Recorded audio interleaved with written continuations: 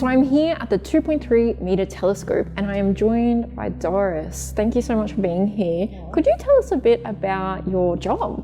Yeah, sure. So I'm an instrument scientist with the Advanced Instrumentation and Technology Center at the Research School of Astronomy and Astrophysics. And I'm literally building optical instruments for astronomers or also space applications. Wonderful. So you're not an astronomer, Right. but you are very vital to the work that astronomers do. Could I ask a bit about what are some of the projects that you've worked on that have been really useful to astronomers? So I personally actually have to say that I haven't really worked on instruments for astronomers directly because I've built instruments that are looking at the characterization of space debris so far, and also instruments that perform laser communication applications. And in particular, why I'm here at the Siding Springs Observatory at the telescope is we've just installed and commissioned an instrument that tracks the turbulence profile of the atmosphere. And that's actually something really helpful for all sorts of applications, like space tracking space debris or laser communications, or also, of course, for astronomers, because it's very important to know what the atmosphere is like when you're observing anything in the night sky. Yeah, okay. So you're kind of in this different space, I'll use that term, literally looking more towards a field that we generally refer to as space, which is a little bit different to what astronomers do. Would you be able to touch on kind of the differences there? So for starters, I'm actually not building space instrumentation in the sense that I'm not building anything that goes on a satellite that goes into space. I'm still building instruments for optical telescopes on the ground. But these instruments, they are not usually designed to look at stars or galaxies or anything like that. They are designed to look at satellites, space debris, or those instruments are designed to propagate laser light through the atmosphere to communicate with satellites. Yeah, awesome. Could you tell us a little bit about your journey and your pathway to becoming who you are today? So I'm an optics engineer by trade, but I've actually never worked as an optics engineer as such. After my undergrad and postgrad degree, I did a PhD with the Faculty of Electrical Engineering in Germany, but with a major in optics and photonics. And then at the time, I actually already was in a relationship with an Australian, and I migrated to Australia, to Canberra in particular, and I was absolutely convinced I was never going to work in academia again. But Canberra is a harsh environment for a foreigner in a technical role, because if you don't have citizenship, there's a lot of government roles, and that's really hard to get into as a foreigner. So I worked as a skiing instructor and a tutor to teach students about maths and physics and stuff. And then I decided I needed more stable job. So back to university it was. And I found this amazing job with a center in those days that was called Space Environment Research Center, that was basically revolving around space debris and the characterization of space debris. Right. And that's how I ended up at RSAA. Sure, very interesting. In your time working with space debris, which is, from my perspective, a very much emerging topic of discussion that a lot of people in either whether you're in the space industry or whether you're in astronomy, we're having to become more and more aware of it. What kind of changes have you seen in your time in this space? So I've been working since 2016 in this space, and yeah, you definitely notice the talk and also the actual applications of the mega constellations, which is like hundreds of satellites, rings of satellites in orbit. And sort of luckily, I would say, also the increased notion, at least within the industry, that we have to be a bit more sustainable so that we can manage the space environment. So that's becoming an increasing issue that no one really bothered or cared about probably like 20 years ago. Yeah, sure. So I'm going to jump back a bit back to instrumentation.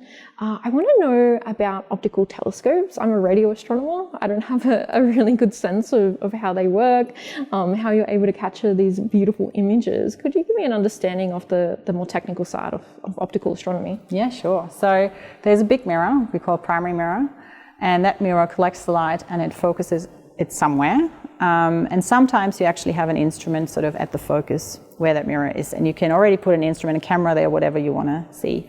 There's a bit more complicated telescopes that have a secondary mirror there that then reflect the light down again, where you then could have the instrument literally in a hole or behind a hole of the primary mirror that focuses there.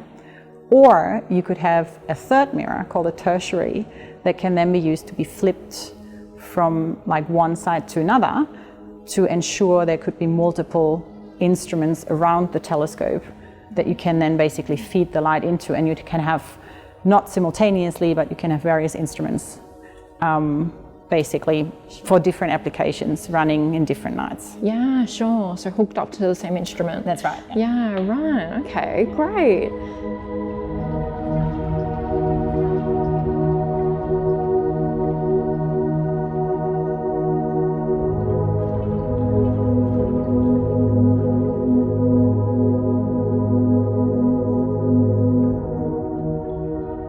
Could you tell us a bit about what you're doing here tonight? We're inside the telescope. It's very cold here, and we can hear the telescope behind us kind of moving and all of the fans running. Could you tell us what you're doing here tonight? Yeah, so we have installed an instrument called a SIDA instrument, and this instrument basically detects the scintillation of two stars called double star very close by, and by basically monitoring the scintillation of the star.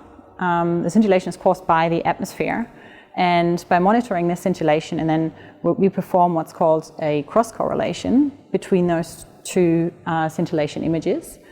And by doing that, we kind of can figure out where in the atmosphere the atmospheric layers are, right, how strong they are, which way they are going, basically, and how fast they are going. Yeah, incredible. And to give us a sense of this instrument that you're working on, we've spoken a lot about scintillation in this course, specifically in reference to Torres Strait Islander star watchers. It's necessary for them to have an understanding of basically what the weather's doing, and to do that, they will measure the scintillation of the stars. Could you give us a sense of what the size of this instrument and some of its components, and kind of how you're able to measure that turbulence? So it's actually kind of funny because the primary mirror is obviously 2.3 meters. That's quite large for an optical telescope. There's of course bigger ones like 8, 10 meters, and now there's like the 30-meter telescopes being built.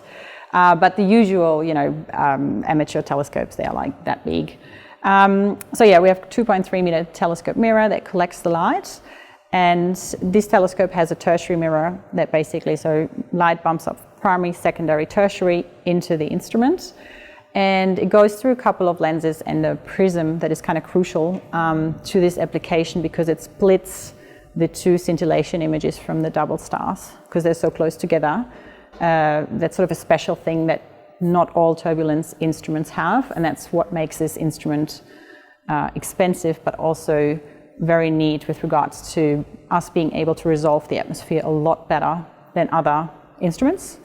And the actual science camera then is what we call sort of a standard science camera, but it has very small pixels, about 6 micrometer pixels. And the image size of each of those scintillation images is about 130 pixels across. So it's actually quite small, just a couple of millimeters, but that's enough to basically then take those images, cross-correlate them, and figure out what's in the atmosphere. Yeah, and to take that turbulence measurements. That's right. Yep, awesome.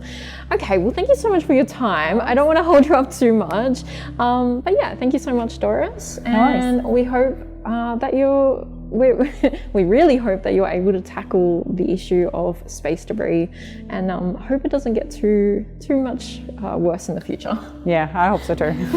Thank you.